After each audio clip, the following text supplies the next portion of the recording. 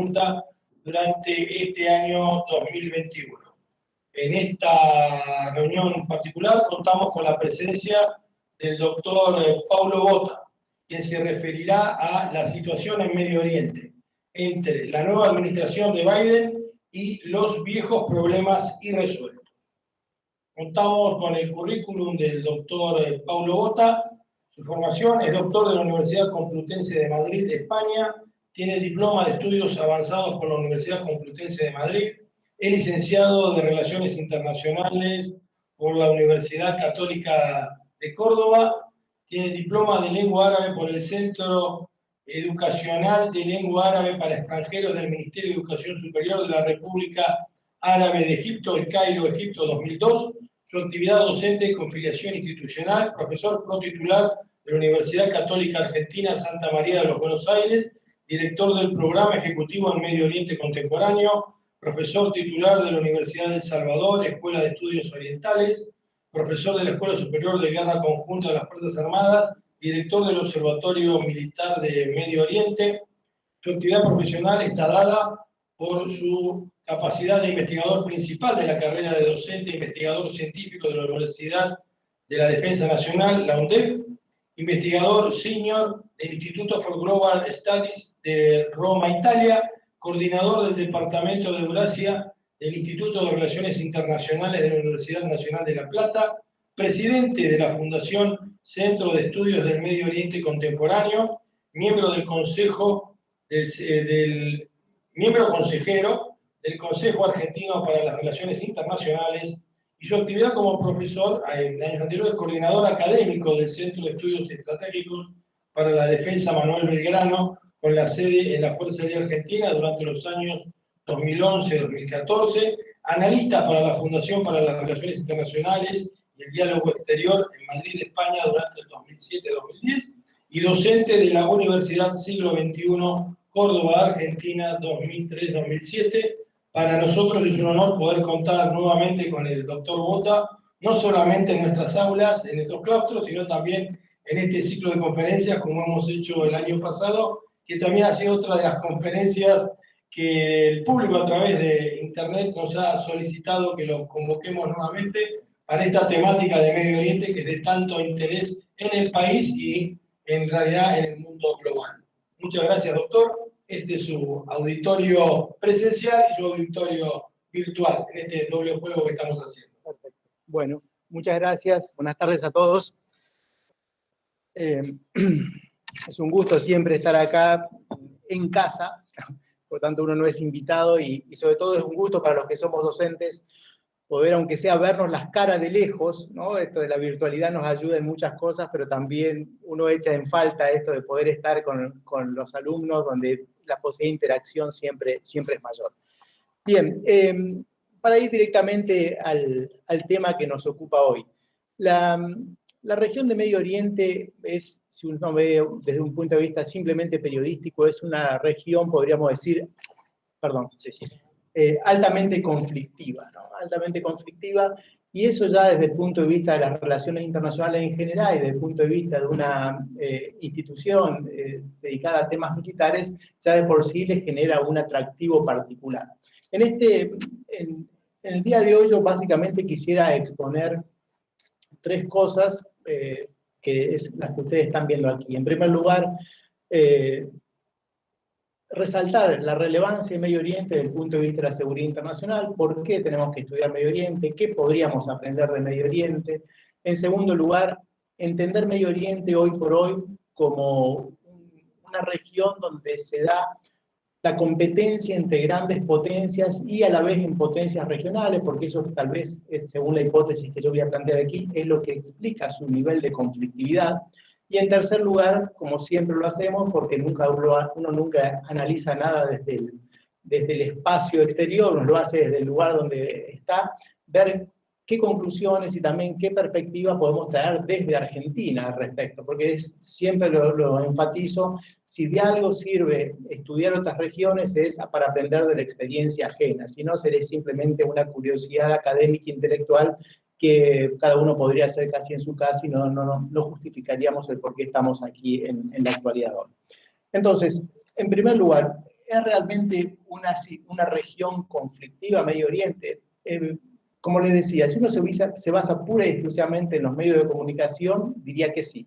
Ahí aparecen todos los temas que para ustedes les resultan muy familiares, ¿no? Desde el conflicto palestino-israelí, el programa nuclear en Irán, las guerras en Siria, en Yemen, en Libia, la inestabilidad que podemos ver hoy en día incluso en el Líbano, etcétera, etcétera, etcétera. No hay, casi que yo me animo a decir que no hay ni un día en el cual alguien no pueda ver un tema conflictivo sobre la región de Medio Oriente si solamente hace un seguimiento muy general de lo que sucede en la región. Ahora bien, si uno va específicamente a los temas más bien de carácter militar, fíjense, esto es el informe de este año del Military Balance, los 15 presupuestos más grandes de defensa, el único país, o mejor dicho, de los 15, 2 países de Medio Oriente, que es Arabia Saudita, y el número 9, en el caso de Israel, con el número 15. No aparece, por ejemplo, ahí ningún país, digamos, el único país que aparece en la región latinoamericana es Brasil, con un gasto de defensa bastante significativo. Por cierto, esto a veces nos olvidamos, Brasil gasta más en defensa que Israel, así que cuando a veces hablamos de una cosa y de otra, los datos nos muestran esto. Y también lo que se ve es la enorme diferencia entre el gasto militar que dedican los Estados Unidos anualmente y el que dedican el resto de los países del mundo.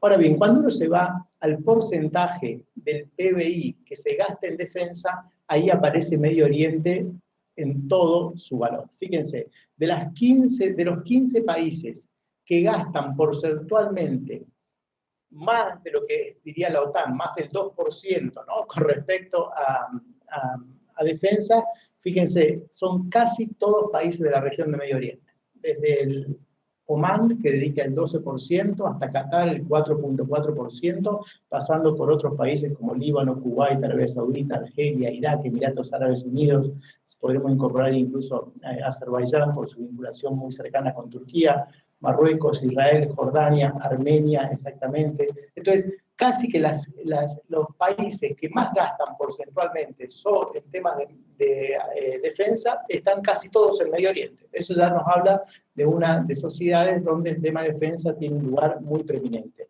Ahora bien, lo que ustedes verán abajo a la izquierda, con la misma fuente, que es el Military Balance, verán que en realidad casi el 9% de todos los gastos militares del mundo van sobre la región de Medio Oriente. Por lo tanto, usted podría decir, bueno, mire, es importante en términos porcentuales, pero no lo es tanto si uno suma la totalidad de los gastos militares del mundo.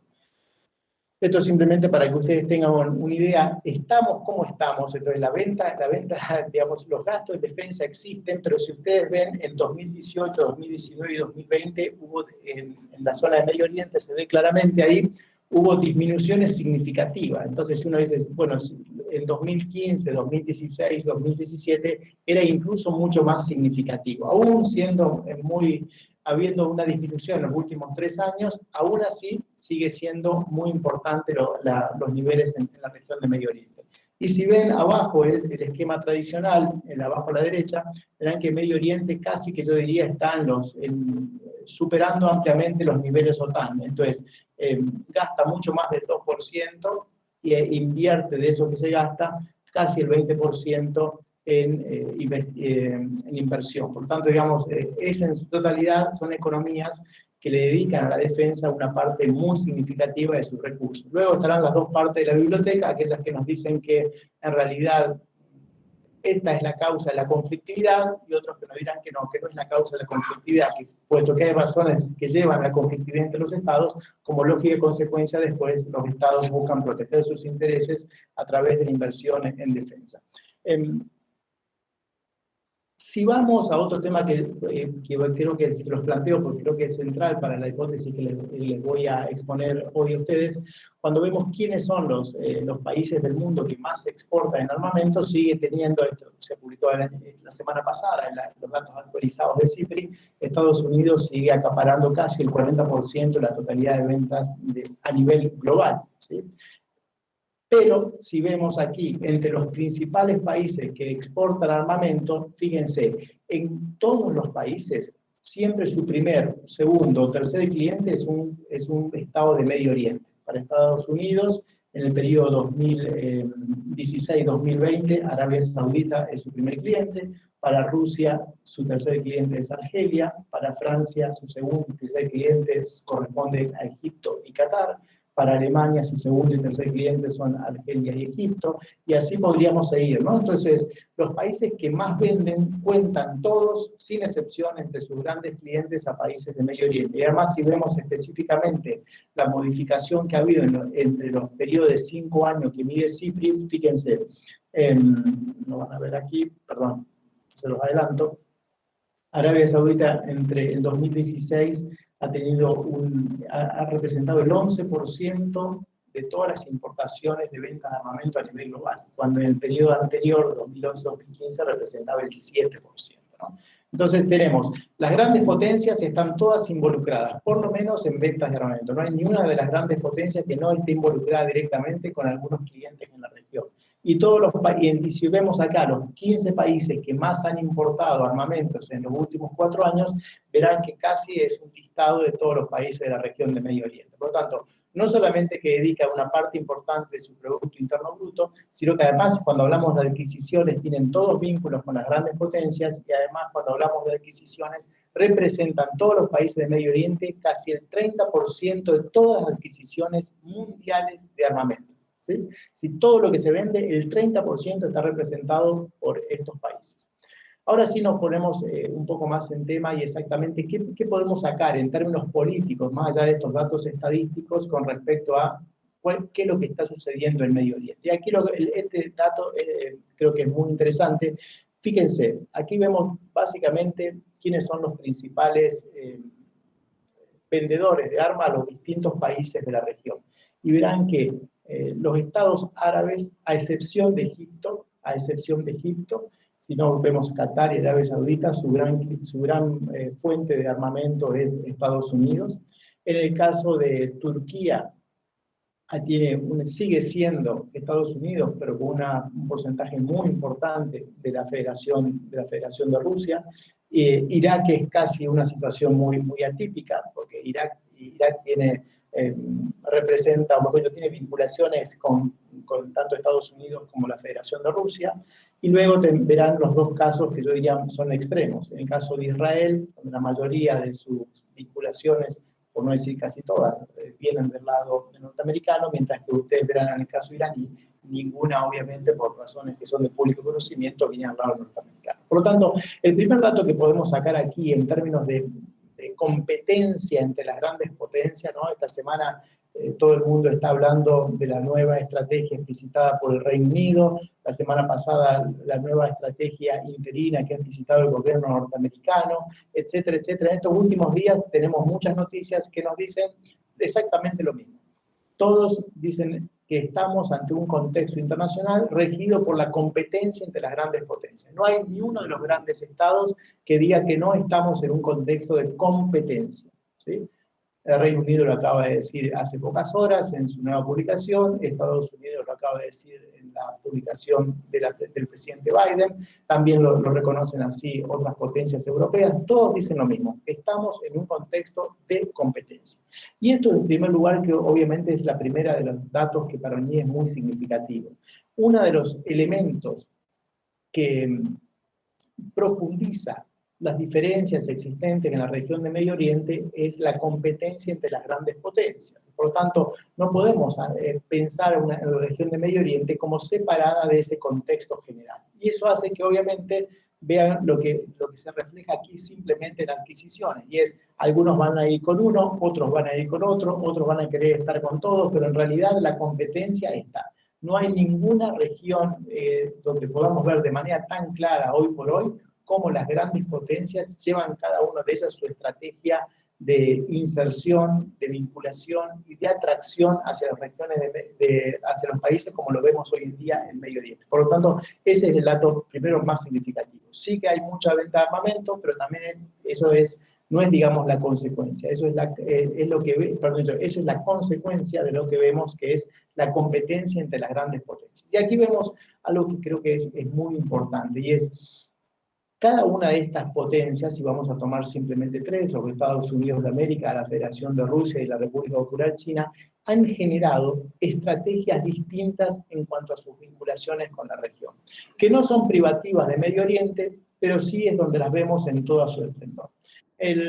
Lo voy a decir de una manera muy simple, pero luego, si quiere, podemos entrar más en detalles. En primer lugar, la política exterior norteamericana en Medio Oriente es lo que yo llamaría una política tradicional, tiene identificados amigos y tiene identificados enemigos y organiza sus vínculos con la región de esa manera. Hay algunos que son amigos, otros que no son tanto, y en función de eso organiza sus vínculos con los países de la región.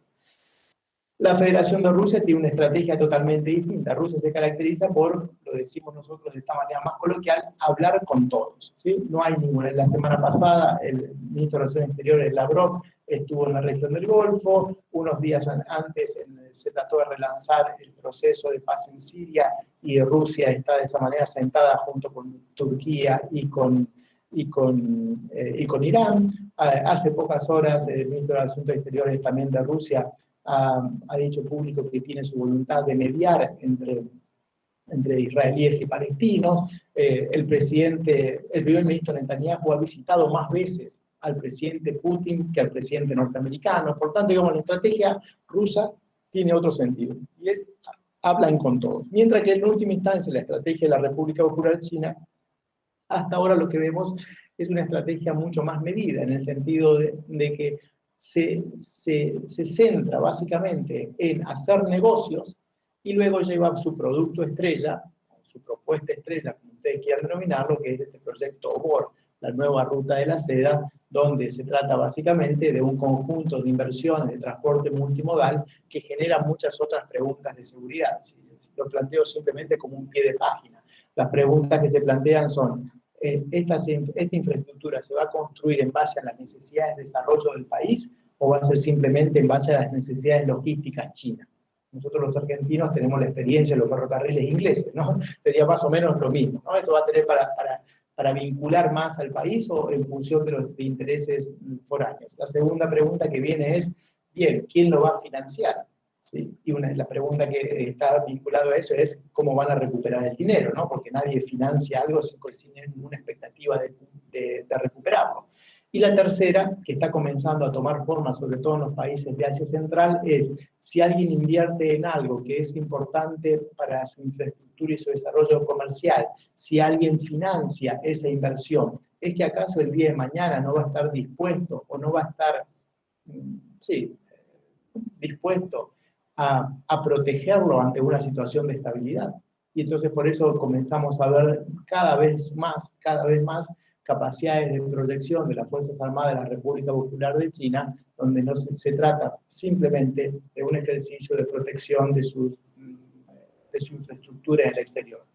Lo digo así.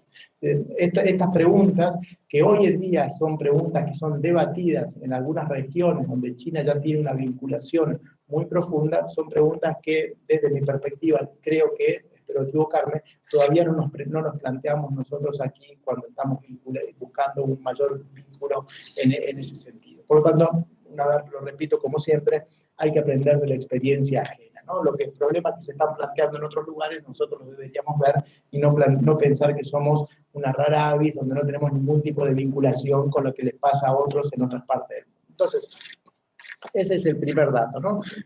Aquí les hice un resumen, pero es lo que les acabo de mencionar. 30% de las adquisiciones mundiales de defensa van de la región del Medio Oriente, 11% solamente corresponden a Arabia Saudita. Eso nos podría llegar también, pero nos podría llevar a pensar otras cosas. Piensen, ¿no?, que en estos días los llamados rebeldes houthi están atacando al territorio saudí, ¿no? Un país que representa más del 11% de las adquisiciones mundiales de defensa y no es capaz de proteger, ¿sí?, o de brindar una protección adecuada a su territorio nacional. Eso está generando muchos debates en el seno de Arabia Saudita. Eso es algo que hoy en día es muy problemático, porque no solamente que se está gastando dinero, sino que además se gasta algo que en política internacional es muy importante, y es el prestigio, ¿no? Nadie puede pretender ser un actor importante del escenario internacional si no puede proteger ni siquiera su propio territorio. Esto está casi que es una cuestión de perogrullo. Lo que mencioné en primer lugar, altísimos porcentajes del PBI destinado a defensa. yo diría, porcentaje innato destinado a adquisiciones, a investigación y desarrollo, y también hay una ventaja significativa de lo que podríamos llamar los socios occidentales. Por tanto, en ese sentido, Rusia todavía no está involucrada directamente, y eso también nos podría dar nos podría explicar por qué en la región del mundo que representa el 30% de las adquisiciones mundiales de armamento, pero ustedes ven que Rusia no está involucrado, y ahí se explicarían, entre otras cosas, los intereses por vender en otras regiones del mundo, ¿no? Tal vez, no sé, como nosotros, pensemos lo de esto que está tomando Estado público en los últimos días, ¿no? Creo que todos hay que verlo. El gran problema que a veces tenemos en nuestra política argentina es que vemos las cosas de manera muy fragmentada y no hacemos el esfuerzo de verlo de manera holística, ¿no? Nosotros tenemos que hacer el esfuerzo. ¿Por qué hay tanto interés? Hay tanto interés porque en la región del mundo que más se compra hay poca compra para ese material. Por razones diversas. No es una cuestión simplemente de la calidad, de la cadena logística.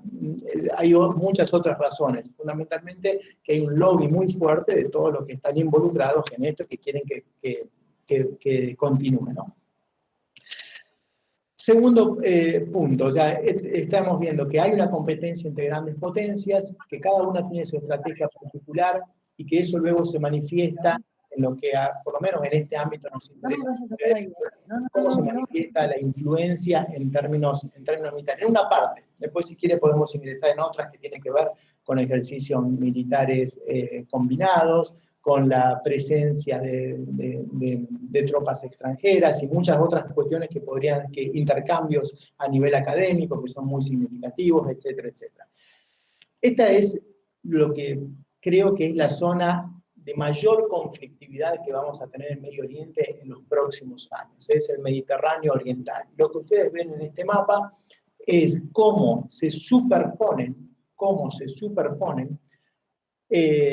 las zonas económicas exclusivas de todos los países de la región, ¿no? Entonces, que además, esto no dejaría de ser, yo casi diría, una curiosidad desde el punto de vista geográfico, si no fuera porque en los últimos 10 años se han encontrado cada vez más, enormes yacimientos de gas muy fácilmente explotables en esta región. Ustedes ven ahí Calipso, Zohor, Tamar, Leviatán, Afrodita, los grandes campos que están modificando la estructura geopolítica de la región. Por ejemplo, Israel va camino a ser un exportador neto de energía, ¿no? Con lo cual cambiaría también su ecuación. Piensen en un Estado que en casi toda su historia ha sido un importador neto de energía, ahora se va a convertir en un exportador neto de energía. Tenemos posiciones como las de Turquía, Grecia, Egipto, Libia, donde se superponen los reclamos de zona económica exclusiva de cada uno de estos estados. Eso le está agregando muchísima conflictividad a la región, eso está disparando una verdadera, yo diría, carrera naval en la región. La región del Mediterráneo Oriental está llegando a los niveles, por ejemplo, solamente si uno considera el arma submarina, si uno ve en la calidad, en el sentido de lo que es moderno, ¿no? Los componentes nuevos, y la cantidad y la calidad, los niveles están rápidamente en los próximos años, van a superar abiertamente lo que veíamos en la época de la Guerra Fría, ¿no? Y además, un dato que para mí siempre lo resalto cuando hablamos de este tema, que es muy significativo, hay un actor que está con todos, que es Thyssen. Thyssen es la fuente de los submarinos de Egipto, de Turquía, de Israel, de Grecia. Por lo tanto, creo que en alguna vez Argentina, cuando tomó la decisión hace varias décadas, no se había equivocado tanto, ¿sí? Como acá creo que está uno de los submarinistas que curso que el otro día hablábamos de ese tema, pero bueno, se ve claramente que en la región del Mediterráneo Oriental es una región que va a ser, vamos a tener una presencia intensiva del arma submarina. Eso ya lo estamos viendo y seguramente en los próximos años seguirá viéndose.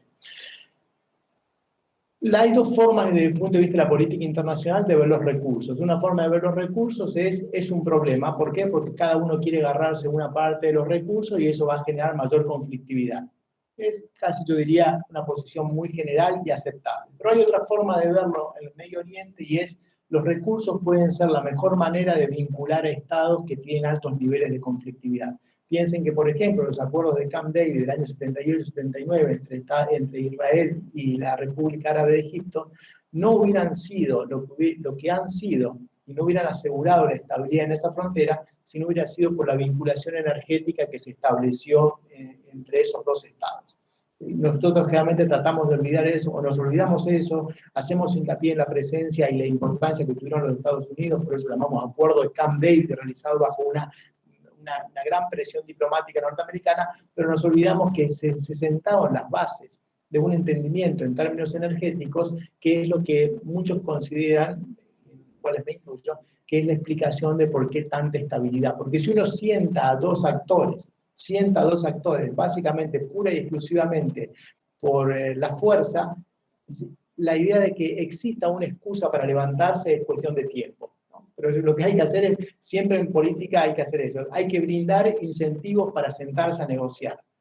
Incentivos para levantarse de la mesa de negociación son bastante comunes, lo que hay que generar es incentivos para sentarse a negociar. Y en función de esto que yo les estoy comentando, fíjense, este es el lanzamiento de lo que se conoce el Foro EstMed, del Mediterráneo Oriental de Gas. Están incluidos Chipre, la República de Chipre, reconocida internacionalmente, de nuevo un lugar de gran interés para Argentina por la presencia que tiene Argentina durante décadas, ¿no? en las operaciones de mantenimiento de la paz.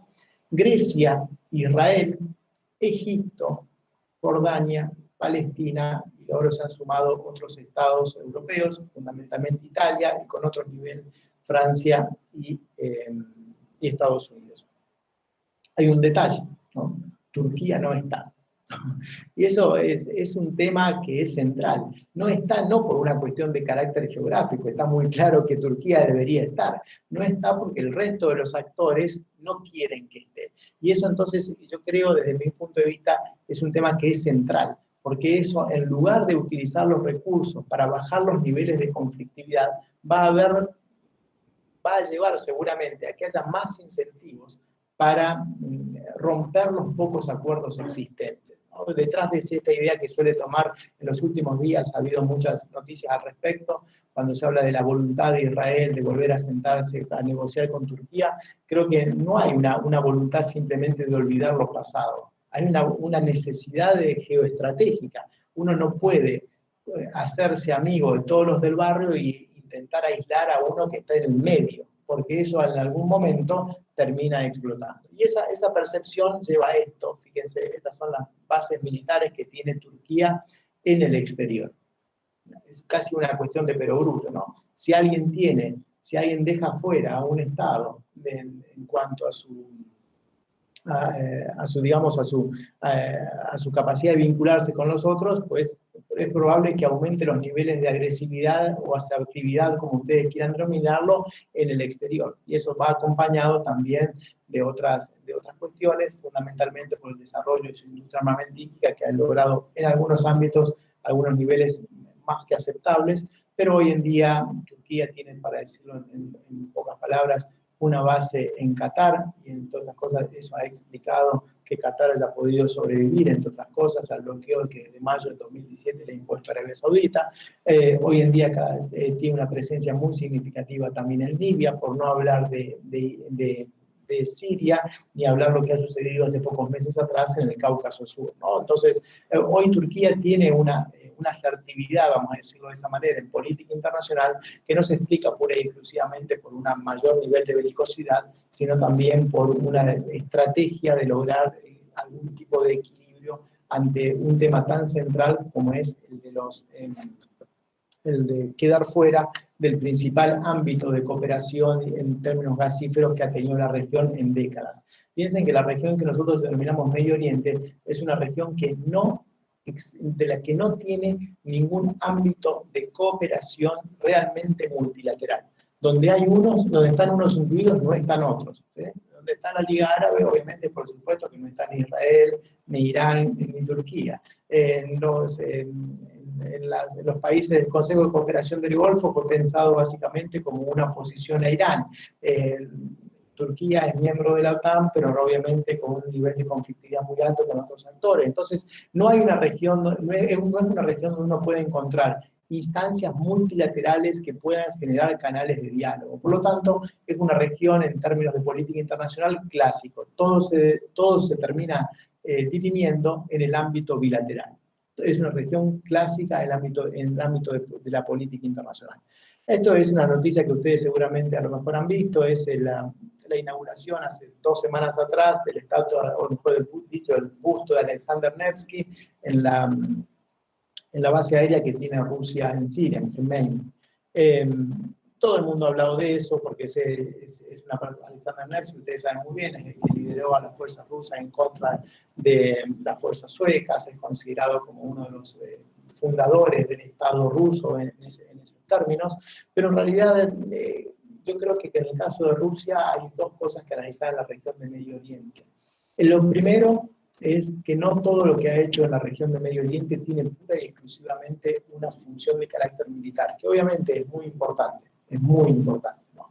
El acceso a las 2 bases que ha conseguido en el Mediterráneo Oriental van a hacer que tengamos que acostumbrarnos a Rusia en esa región por décadas. No va a haber un retroceso en ese sentido. Es más, desde mi perspectiva, y les adelanto uno de los temas que yo considero que es más importante, que a veces no le damos la suficiente importancia, cada vez hay mayor cantidad de noticias que reflejan que Rusia quiere, o algunos sectores en ruso, para ser más específicos, querrían renegociar los acuerdos de Montreux. Se recuerden que los acuerdos de Montreux son los establecidos en 1936, que son los que regulan el paso entre el Mar Negro y el Mediterráneo. La renegociación de esos acuerdos debería seguramente a un equilibrio distinto de fuerzas en el Mediterráneo Oriental. Es una cuestión que creo que es importante, ¿no? Rusia tiene todavía en ámbitos navales muchas limitaciones para generar una proyección, pero lo está haciendo, ¿no? En estos mismos momentos ahora que estamos hablando, está llevando adelante una operación en Omán. Esto se suma a los ejercicios militares que ha realizado junto con China e Irán en el Océano Índico el pasado mes de diciembre. Por lo tanto, es cierto que hay muchas limitaciones para proyección de fuerzas del ámbito naval, pero es cierto que también hay cosas que estamos viendo que no lo veíamos hace 15 años atrás. Por lo tanto, sería necio no reconocerlo. Pero digo, no todo tiene que ver con geopolítica en términos militares. Fíjense, este es un dato que lo muestra y lo vincula una vez más con el tema gasífero. Lo que ustedes ven ahí es una actualización de los distintos sectores que han sido concesionados a empresas para explotar los recursos de gas en esta región que estamos viendo. Si ustedes ven frente a las costas del Líbano y frente a las costas de Siria, frente a las costas de Siria está Soyuz-Netgas, que es una empresa rusa, por supuesto, y si frente a las costas del Líbano van a ver a Novatek, que es otra de las empresas gasíferas más importantes de Rusia. Entonces, Rusia tiene una estrategia muy clara y es, hay ayuda militar, intenta ventas militares y luego intenta obtener beneficios en el área económica. Esto lo que estamos viendo en la región de Medio Oriente es muy claro. El caso de la economía siria es el caso testigo, con voluntad de hacerse no solamente de las telecomunicaciones, sino de terminales portuarias, áreas consideradas de carácter estratégico, esperando que sea la reconstrucción y que otro pague la reconstrucción, por cierto, porque los fondos no tiene, pero digamos, detrás de cada uno de estos movimientos, que solemos solamente acotarlos al ámbito militar, siempre en el caso ruso viene una voluntad de generar una vinculación y una ventaja en términos económicos. Es justo diametralmente lo opuesto a la estrategia china. China comienza por una vinculación en términos económicos con la no tan secreta intención de luego obtener algún tipo de beneficio en otro ámbito político. Rusia tiene la estrategia distinta. Para hacerlo muy concreto, porque quiero simplemente dar lugar a las preguntas y aprovechar que nunca nos vemos de manera presencial. Pero voy a simplemente señalar 2 cosas más. La región de Medio Oriente es conflictiva, no solamente porque hay una competencia entre las grandes potencias, sino porque también se está revisando la misma estructura del orden regional de esa parte del mundo. Lo que tenemos es el orden regional de la segunda posguerra mundial está desapareciendo. Ya no es el tema de los grandes aliados, Arabia Saudita e Israel y Turquía en la OTAN. Hoy en día hay otros estados que reclaman o bien un lugar mejor del que tienen. Entonces ahí vemos a Irán, que pugna de manera bastante, digamos, asertiva con respecto a su programa nuclear y a la influencia que tiene en grupos vinculados con Irán en casi toda la geografía de la región de Medio Oriente. Eso básicamente en términos teóricos lo que significa es que Irán quiere tener un lugar en la región que hasta ahora no tiene. Después podríamos discutir eso. Turquía, como lo vemos, no va simplemente a reducirse a ser un Estado que tiene un papel totalmente secundario en la región de Medio Oriente, quiere tener un papel mucho más asertivo en la región, y si le hacemos caso a aquellos que tienen visiones que podríamos llamar antiturcas, dirán que las expectativas de Turquía llegan incluso hasta Asia Central, donde hay poblaciones de origen túrquico también. Y hay otros estados, como yo creo que es el caso de los países árabes del Golfo, que hasta hace unos años eran una mera curiosidad, pero que hoy en día tienen un lugar significativo, ¿no? Piensen en Emiratos Árabes Unidos, con su programa espacial, enviando algunos aviones a Chipre para marcar su vinculación mayor con Grecia. En este preciso momento hay unos ejercicios que están teniendo lugar entre Grecia y Arabia Saudita, ¿no? ¿Qué está pasando en el Mediterráneo, ¿no? ¿Qué está haciendo Arabia Saudita en el Mediterráneo? Pues están obviamente que enfatizando el lugar que debe tener en un ámbito de carácter regional. Por lo tanto, lo que estamos viendo es, hay un reacomodamiento general, y eso que no creo que sea el interés principal de la audiencia hoy, involucrarnos en entender los problemas que hay a nivel interno, doméstico, en cada uno de los países de Medio Oriente. Fijémonos desde una perspectiva un poco más lejana, que creo que es la que más le interesa a la audiencia en este lugar. Por lo tanto, la combinación de lucha por la preeminencia regional y reestructuración del sistema regional de Medio Oriente, donde nadie se siente satisfecho con el lugar que está asignado, más competencia entre grandes potencias, más una enorme asignación de gastos militares, y si todo eso lo salamos a gusto con problemas domésticos de índole económico, social, político, etcétera, etcétera, pues tendremos la conflictividad que tenemos en la región de Medio Oriente, y por qué es una región donde hay mucho para ver. Ahora bien, más allá de esta curiosidad que algunos podrían calificar de malsana, ¿no? ¿Por qué estar mirando conflictos y regiones problemáticas? ¿Qué podemos aprender de nuestra perspectiva?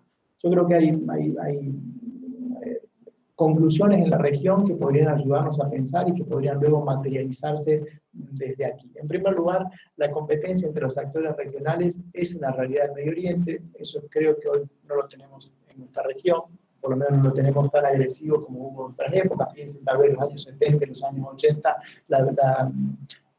la carrera en muchos ámbitos entre Argentina y Brasil. Hoy creo que estamos aquí muchos de las generaciones donde Brasil era un mundo alejado, ¿no? Y creo que acá incluso todavía tenemos varios alumnos brasileños.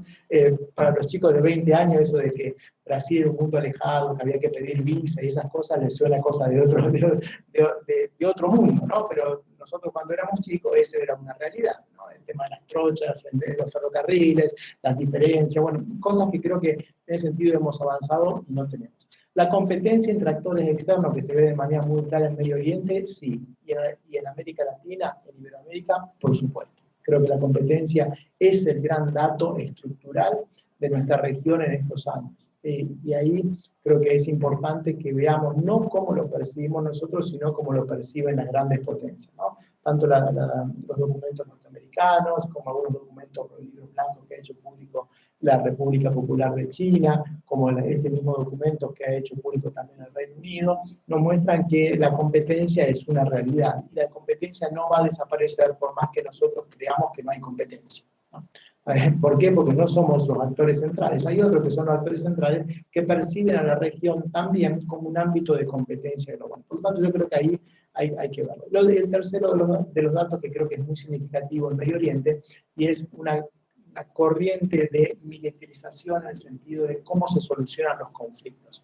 Al no haber ámbitos de solución, o mejor dicho, al no haber ámbitos donde los países pueden generar de manera multilateral soluciones, al existir diferencias muy significativas en cuanto a las percepciones, la militarización termina siendo la principal base de negociación. ¿no? Eso es una realidad, piensen en lo que está sucediendo en todos estos países de la región, y los problemas que hay simplemente para solucionar desde el punto de vista negociado dos de los temas más clásicos, hoy en día clásicos de la región, como es el conflicto árabe-israelí.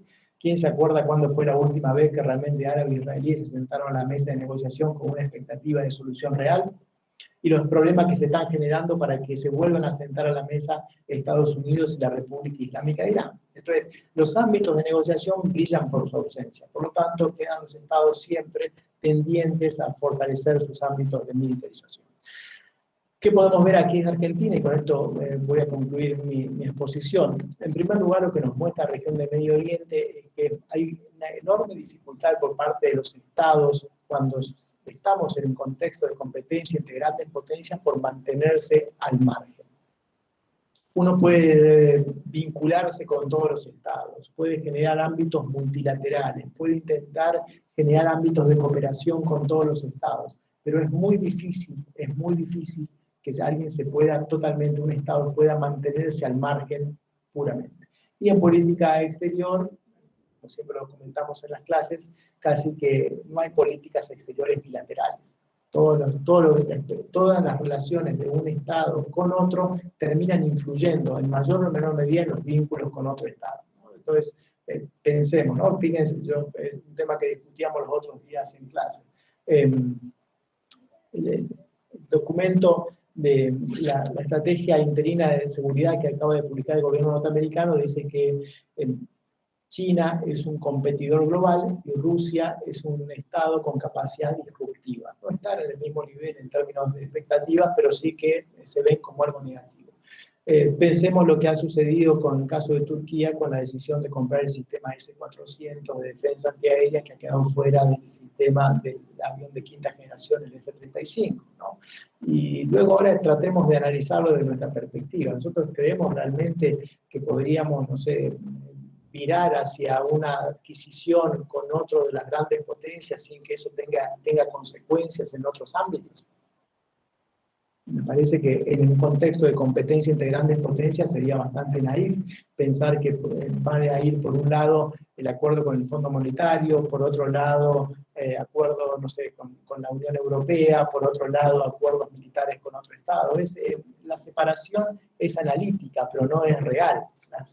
La política se hace poniendo todos los temas sobre la mesa, los temas que a uno le interesa, los temas donde uno puede tener una base para negociar y no sacando los temas incómodos, por el contrario, los demás tratan de poner los temas para vincularlos unos con otros. ¿Vos querés esto? Pues nada, entonces dame esto. No se secan, no dicen, no, mire, estamos hablando de otra cosa, de esto no me hablan. En segundo lugar, lo que se ve de nuevo en Medio Oriente, y particularmente en el Mediterráneo Oriental, yo creo que hay una creciente importancia de los medios navales, yo recién les adelantaba, hay los procesos de modernización, fundamentalmente en temas de submarinos, es algo que está avanzando. Después hay otros ámbitos, pero piensen tal vez en Egipto. Egipto es un país que ha desarrollado seguramente casi la armada más importante de esta región, y si ustedes después ven las estadísticas, no lo mencioné por cuestión de tiempo, pero tiene aumentos de inversión en términos navales que superan ampliamente el 80-90% en esos periodos de 5 años, ¿no? Por lo tanto, digamos que estamos hablando de inversiones en serio, ¿no? El Mar Rojo, otro de los lugares, un país central para Egipto, sigue estando ahí. Probablemente ustedes lo hayan visto en las noticias. El gobierno ruso oficialmente ha indicado que va a tener una parte designada para embarcaciones rusas en el territorio, en las costas de Sudán, en el Mar Rojo. Por lo tanto, ahí de nuevo vemos cómo los medios navales que en esta región van a tener gran preeminencia en el futuro cercano. Y el otro elemento que creo que también es muy significativo, porque lo hemos visto en Irak, en Siria, en Libia y ahora en Armenia y Azerbaiyán, es el uso intensivo de drones, ¿no? Esto va de la mano básicamente con las nuevas capacidades que brindan las tecnologías, que no brindaban hace a lo mejor 10 o 15 años atrás. Las nuevas tecnologías, la integración de datos, inteligencia artificial, automatización, etcétera, etcétera, están permitiendo cosas que hubiéramos creído que eran de ciencia ficción. En este sentido, yo creo que países como el nuestro deberían aprender eso. Deberíamos aprender que en un ámbito de competencia global es muy difícil estar al margen. Tenemos que aprender cómo se está generando en estos lugares donde tristemente se están generando tantos conflictos en la región, pero está tomando lugar el ambiente operacional del futuro. Lo estamos viendo ahí porque es donde se están aplicando los avances significativos. Turquía ahora quiere vender estos TV2 Bayraktar en todos lados porque los ha probado en otros lados. Rusia probablemente quiere hacer lo mismo. El gran problema que tenía Rusia era que los armamentos que habían desarrollado, la última realmente guerra que habían tenido en serio había sido en Afganistán, sin contar en agosto del año 2008 en Georgia, que había sido casi una expedición castigo al gobierno georgiano, un poco más allá. El otro tema que se abre, que creo que es interesante, es cómo China puede convertirse en una potencia militar sin tener experiencia militar.